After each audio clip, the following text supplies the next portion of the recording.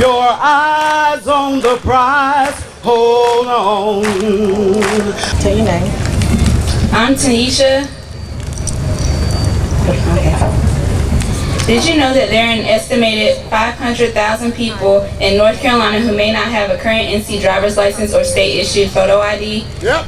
Did you know that although African Americans make up 22% of the voting population, they make up 32% of active voters without a valid NC photo ID? Yep. I'm Shia. Did you know 500,000 low-income adults have been denied health care coverage because of the decision made by Governor McCrory and the General Assembly to refuse Medicaid expansion under the Affordable Care Act? Did you know that North Carolina would have saved $1 billion at the income in the reduction of uncompensated care from 2014 through 2018 if Medicaid had been expanded under the Affordable Care Act? My name is Cavante.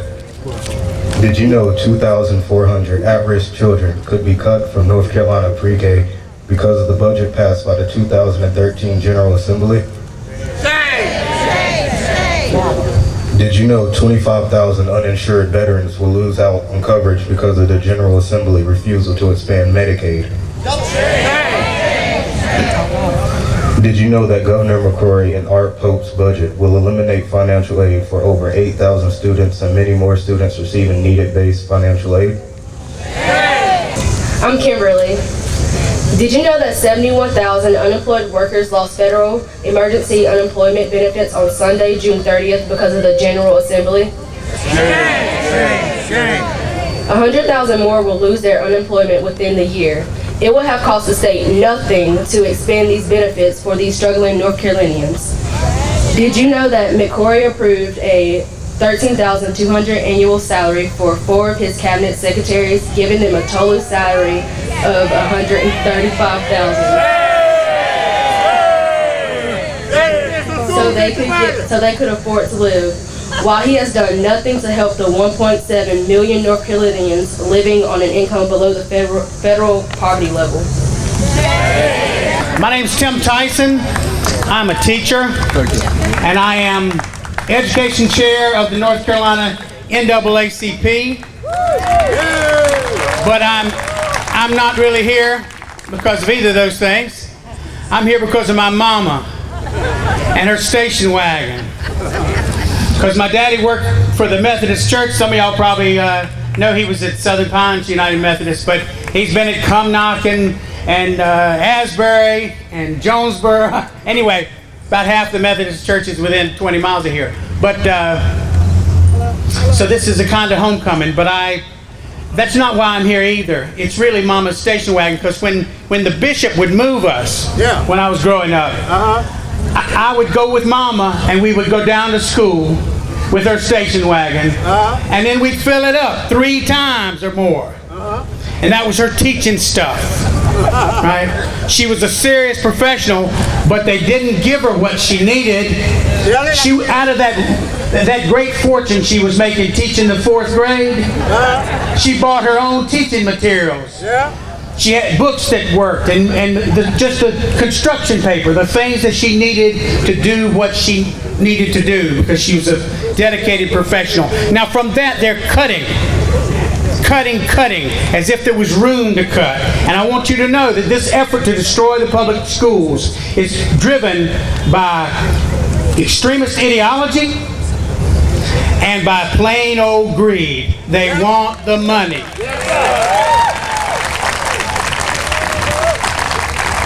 But fortunately, we already have what we need. It's already right here with us, as so often, which is an old form of Southern folk art called a quilt.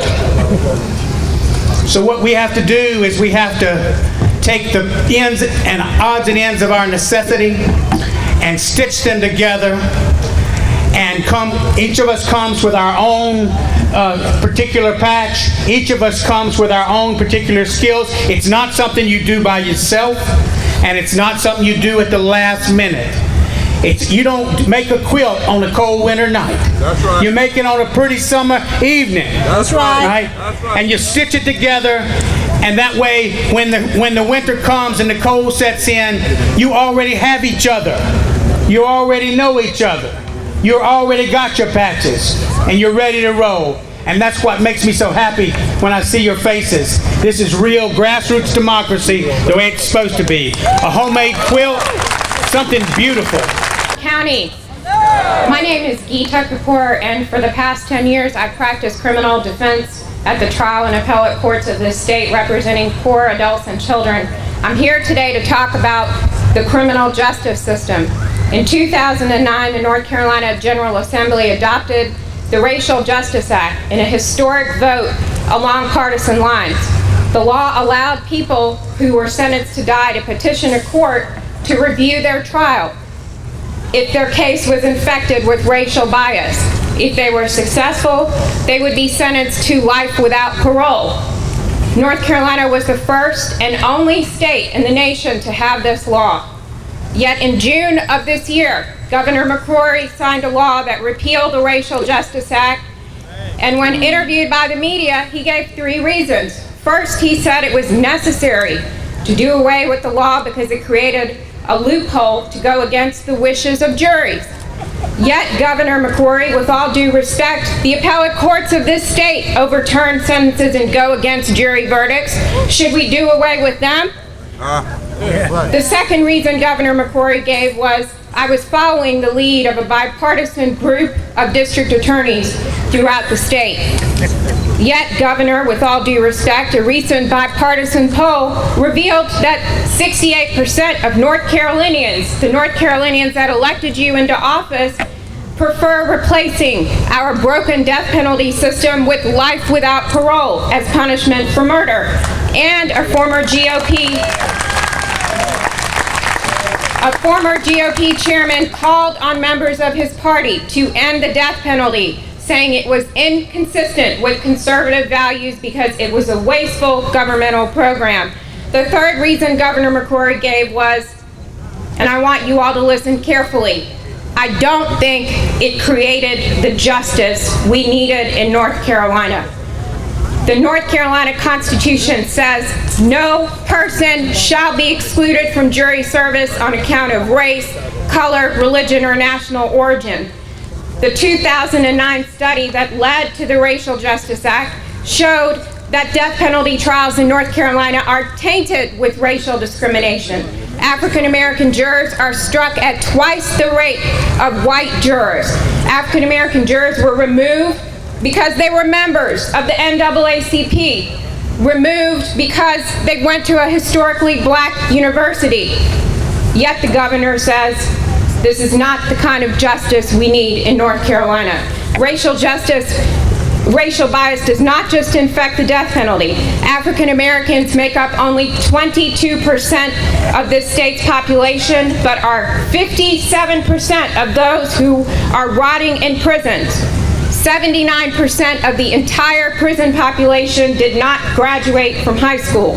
Study after study has shown there's a direct correlation between early childhood education, high school graduation, and crime rates. And instead of investing in education, this administration has cut funding for pre-K programs, cut teachers, and cut teaching assistants. This is going to lead to an increased crime rates, and our children are doomed to a vicious cycle of dropping out incarceration.